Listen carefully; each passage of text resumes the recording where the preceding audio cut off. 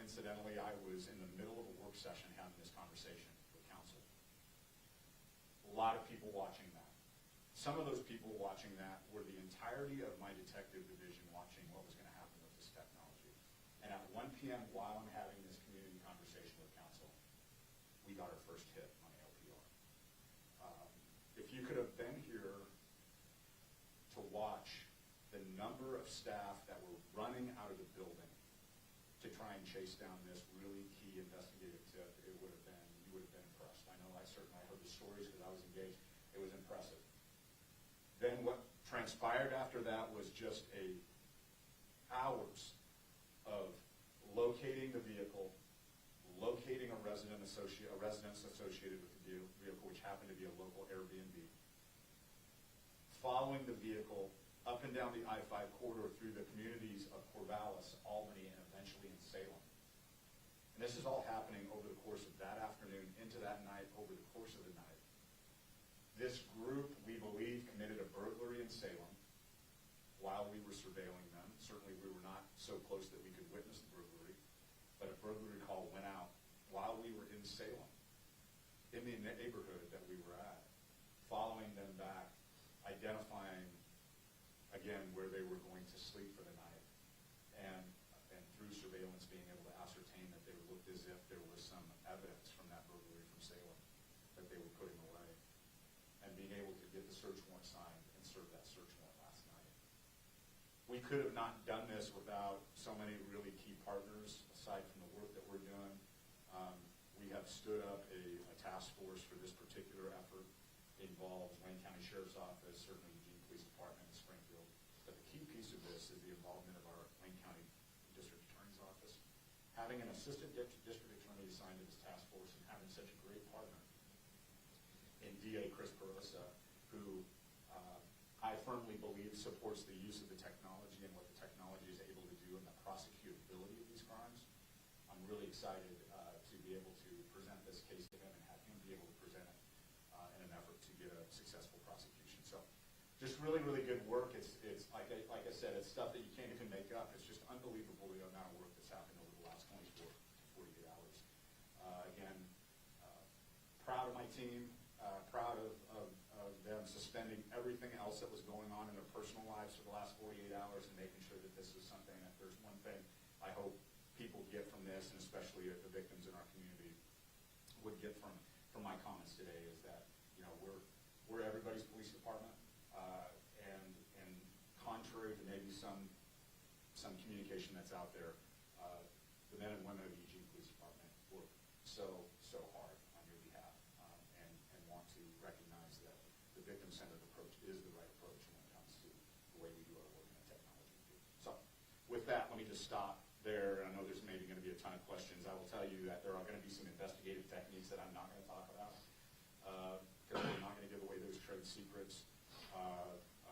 There are some other aspects that are ongoing. Like I said, this is a fairly sophisticated group that we think has ties outside of this particular area, that have ties all over the Northwest nation, and most likely nationwide.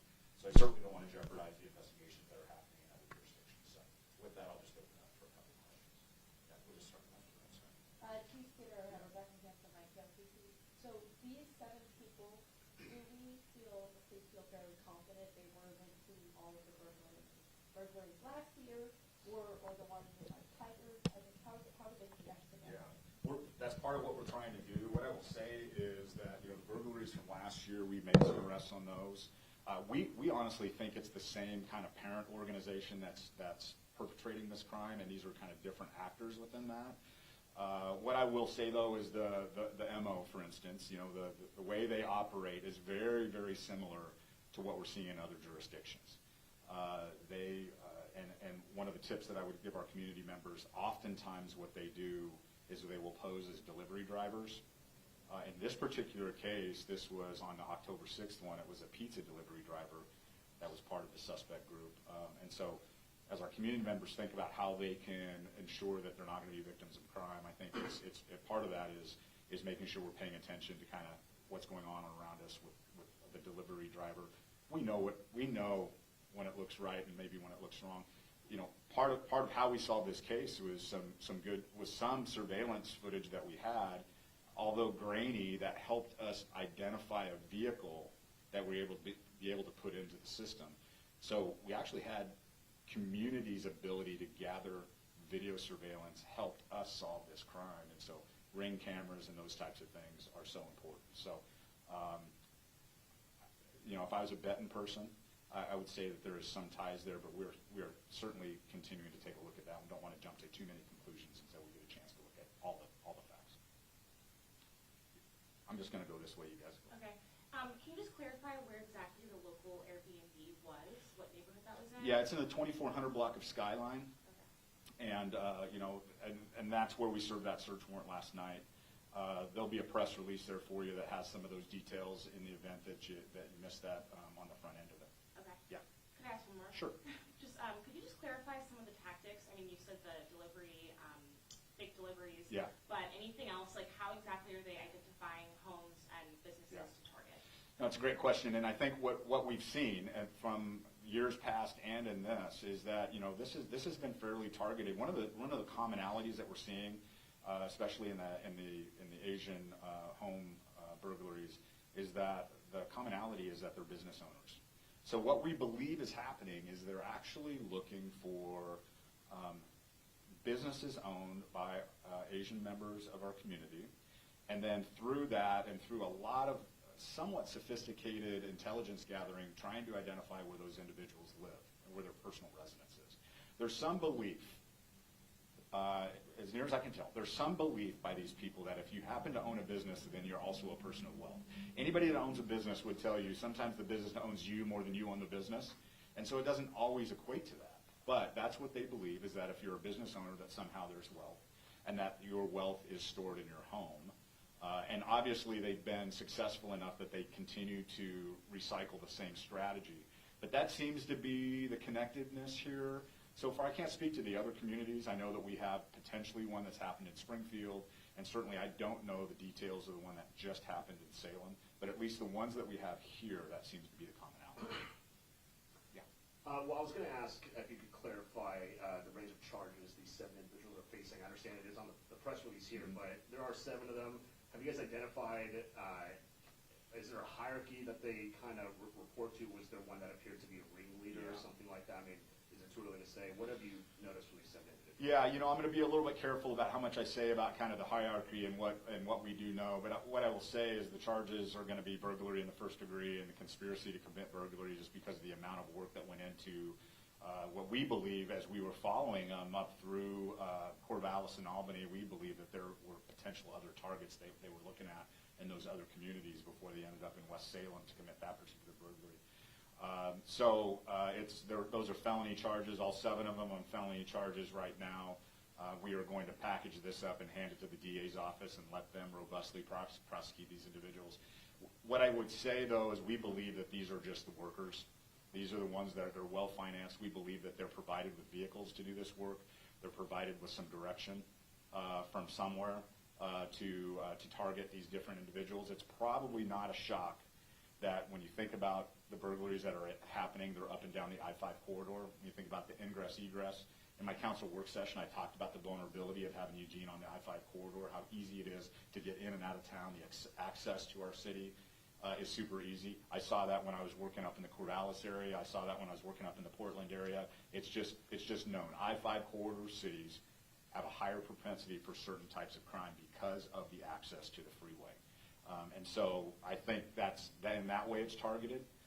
But we do think that there's more to this. This is just not a smash and grab. This is not 7 people in our community doing a smash and grab burglaries that we just couldn't find. Trust me, we would have been well ahead of the game if that was the case. This is a well-financed, well-organized, very sophisticated tactically around how they conduct surveillance, use multiple cars, switch license plates, all of that stuff. And those are some of the contributing factors that makes it hard for us to play catch-up until we can. And then the minute we got that piece of information that put us actually ahead of the game for the first time in this investigation, you saw how quickly we were able to bring this to resolution. Chief, I have 3 brief questions Sure. for you. First, you touched on this a little bit during your statement, but was there any evidence seized from the Airbnb connecting these suspects to this? We're still processing that. What I'll tell you is that likely when we serve a search warrant, there'll be evidence of the crime or evidence of these crimes in that Airbnb, and so we're processing, throughout this day, we've been processing that scene. We also seized 4 vehicles, which we believe were used in the commission of these crimes, and we'll be doing that. And then there's some other property that we're seizing. So, when we serve a search warrant, it takes a certain amount of time for us to be able to process the entire scene and gather evidence and get it down to our evidence control unit, document everything that we have, and then figure out what pieces of that evidence fit into the puzzle for future prosecution. So we'll probably know more of that in the future. And do these suspects appear to be foreign nationals, as mentioned in the past? Yeah, we don't know. As you know, we would never inquire about your country of origin. We're prohibited to ask those questions. Quite frankly, it makes no difference to me. A criminal is a criminal in our community. I don't care where you're from. I would say that it appears as if English is not their first language. That's about as much as I can ascertain from what I've heard from detectives and during this investigation. So at this point, I don't know what nationality they are. I know that in the past investigations would suggest, and the arrest would suggest the origin was from somewhere in South America, but I don't know if that's the case here. And do you plan on attending the AAPI Public Safety Forum on the 23rd of this month to talk with community members? Yes, I've been invited to that along with Chief Resch over in Springfield, and I think DA Perosa is going to be there. So I will be there to be able to talk with the members of our community. Thank you. Yeah. Oh, sorry. Yeah. I had a question. Earlier you mentioned burglaries since August kind of picking up again. Is there a number of burglaries that you believe have targeted people of Asian descent? And what is that number for Eugene or?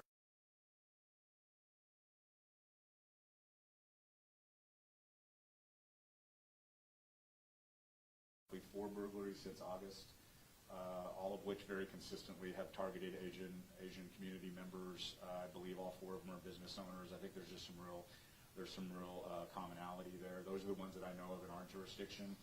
Detectives have connected with other jurisdictions, and I can't speak to their statistical numbers, but I can tell you that we're having conversations with other jurisdictions because of some of the similarities that we're seeing. So what we're hoping that we were able to do today is also positively affect other jurisdictions' communities.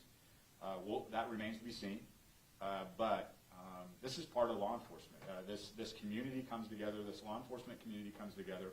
We recognize, especially Eugene, Springfield, Lane County, we recognize that we share bad guys in this particular case, and that when good police work happens in one jurisdiction, it affects us all. Just like when bad police work happens in a jurisdiction, it affects us all. So in this particular case, I love the fact that we're able to talk about the good police work that's happening. And just to clarify, Sure. It sounds like evidence developed linked these suspects, these 7 individuals, to the October 6th burglary. Is there any evidence developed that would link them to these other 3 or additional burglaries at this time? I will tell you that I hope so, but we don't know yet until we process the scene, see what evidence we've been able to collect that somehow might tie them back to the other burglaries. So we're gonna claim the win on the October 6th burglary right now. I'm hopeful that we'll be able to clear other cases, but that's part of the ongoing investigation, is we have to be able to connect those dots. But I'll take this win for right now. A lot of good advice and information for business owners on how to protect their property, close up, lock up, very important stuff. But if I'm an Airbnb owner or if I'm renting my home out, how am I supposed to be aware of possible criminals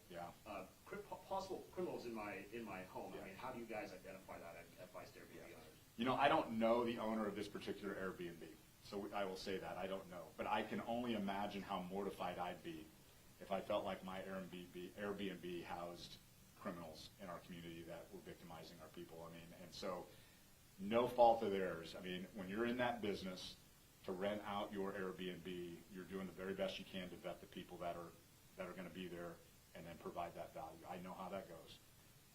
So no value statement or value judgment on Airbnb owners. I would just say that you just continue to be vigilant on how you vet your renters. And if there's ever a moment that you feel like something's not right or it's just not sitting well with you, certainly think about whether the revenue is going to be as important as the outcome. And then if there's ever anything that feels suspicious, you can always call us, because there may have been a piece of information, and I don't know this, but there may have been a piece of information that a Airbnb owner may have had that would have been really, really important to our investigation, because we've been kind of ongoing with our investigation. So never underestimate how what may seem like a really insignificant piece of information, how it could be the turning point in an investigation. Yeah. I may have missed this, but regarding the ALPR technology, I know the news release talked about ALPR access from multiple jurisdictions were helpful in this case. Can you confirm whether or not cameras in Eugene specifically got a hit on this vehicle, or was it just when it was elsewhere? Yeah. I will tell you that the cameras in Eugene are what found our main suspect vehicle. That's what started this off. We were able to ascertain where that was. And if you've been paying attention to the way ALPR works, what it is it's a camera, a fixed camera that takes a still photograph of a vehicle and its rear plate at a moment in time on the open public roadway. All of them are pointed at an intersection or on a roadway.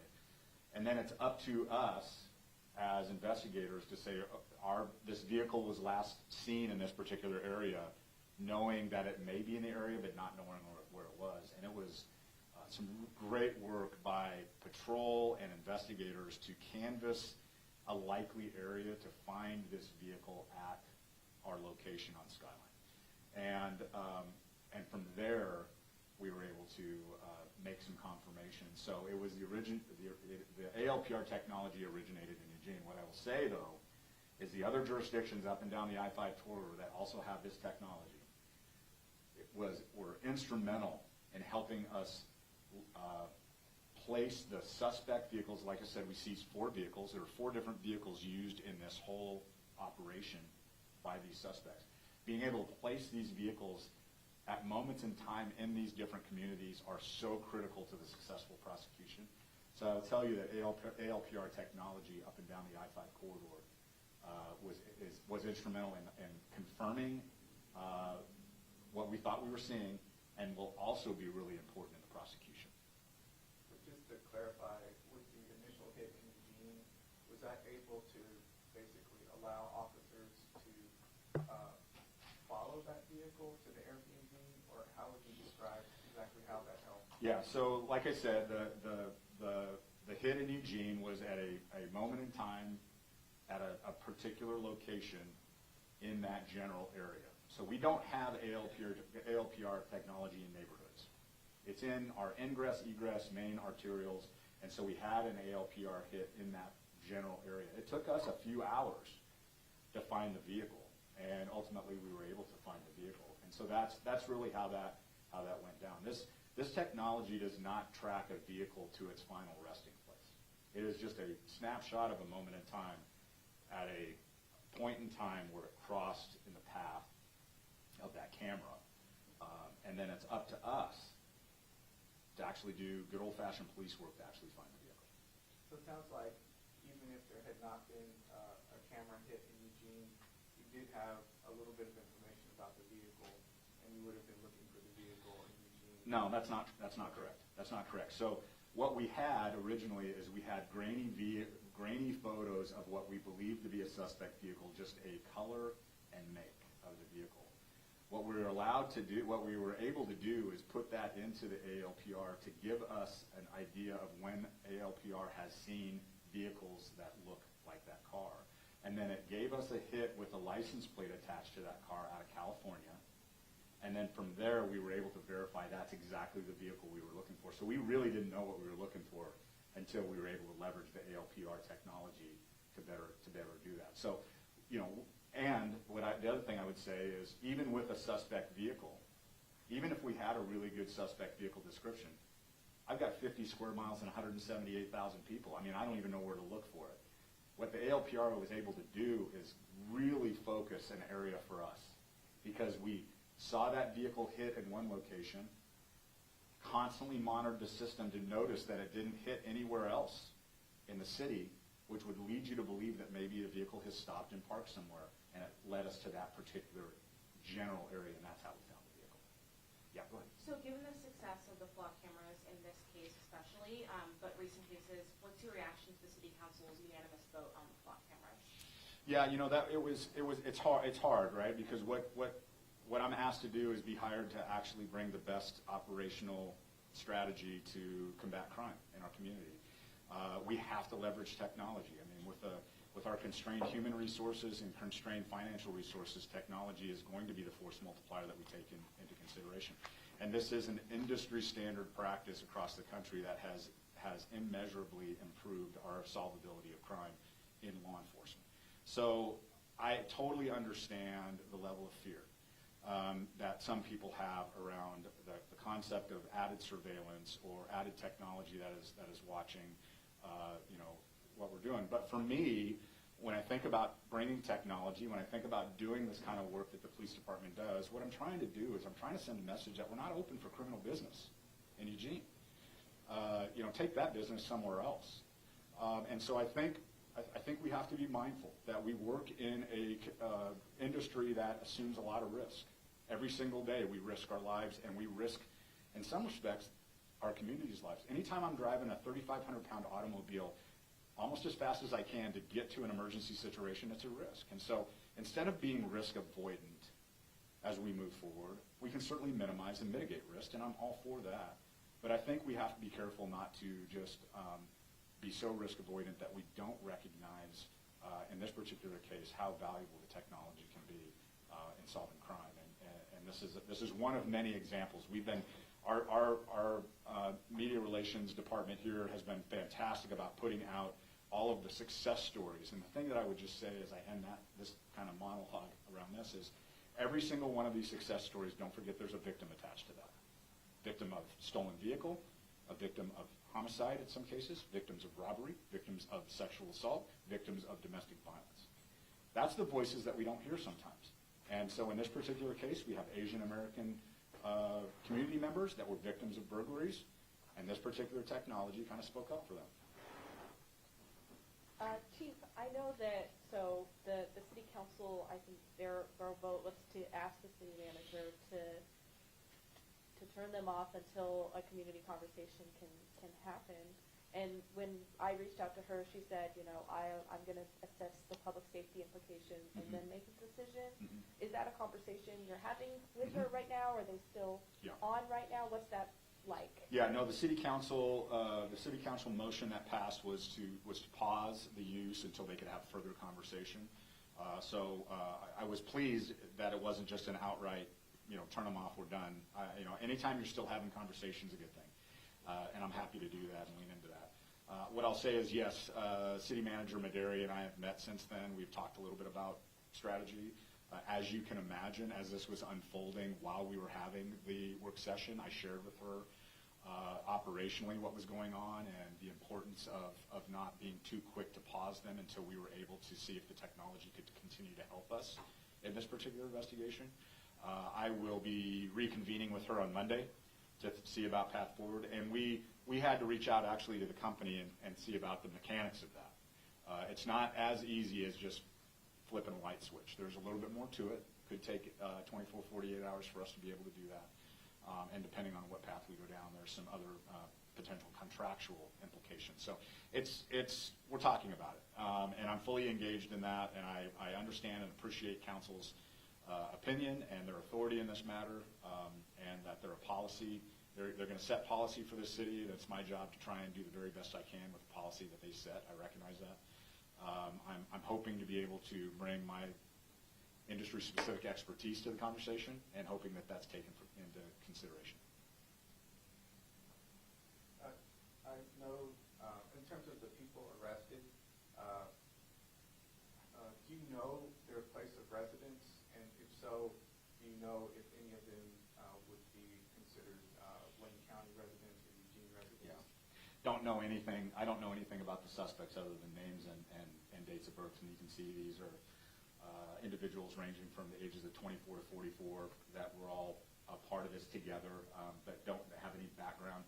Again, as the investigation continues to be pulled together, Doing good background on suspects will be a part of that, but as of right now, I don't know the details of the suspects. Any immediate next steps for the police department that you could explain how this investigation will continue? Mm-hmm. I think you just talked a little bit about that, but what else? Yeah, I think what you'll see is us really spending a lot of time with our partner agencies that have seen similar things happening and seeing if the people that we were able to arrest today are also the suspects in their communities. What I'm really hoping at the end of the day is we solve a bunch of burglaries, honestly, for a variety of communities. That would be my best outcome, is not only we're serving victims in Eugene, but the public safety system is actually serving victims in other communities. So I can assure you that our detectives are connected with other detectives in other jurisdictions, and we'll see if we can get across the finish line on those. Probably my last question is about the alert last night. Yeah. And also the search for the suspects. What can you say about what was used to find the suspects? What can you say about where the suspects were found, if they were found together? Yeah. And also about the issuance of the alert itself, Mm-hmm. Why that was an important step Yeah. for the police to take. Yeah, no, it's a good question because people get that in the middle of the night. I remember, felt like it went out sometime before midnight last night, and people are often left with, when you get a shelter-in-place notice, there's a lot of questions. What's going on? Everybody wants to know what's going on. That was issued as a result of those suspects fleeing the house, and we were in active pursuit in neighborhoods of our suspects. Anytime that happens, we want people to shelter in place.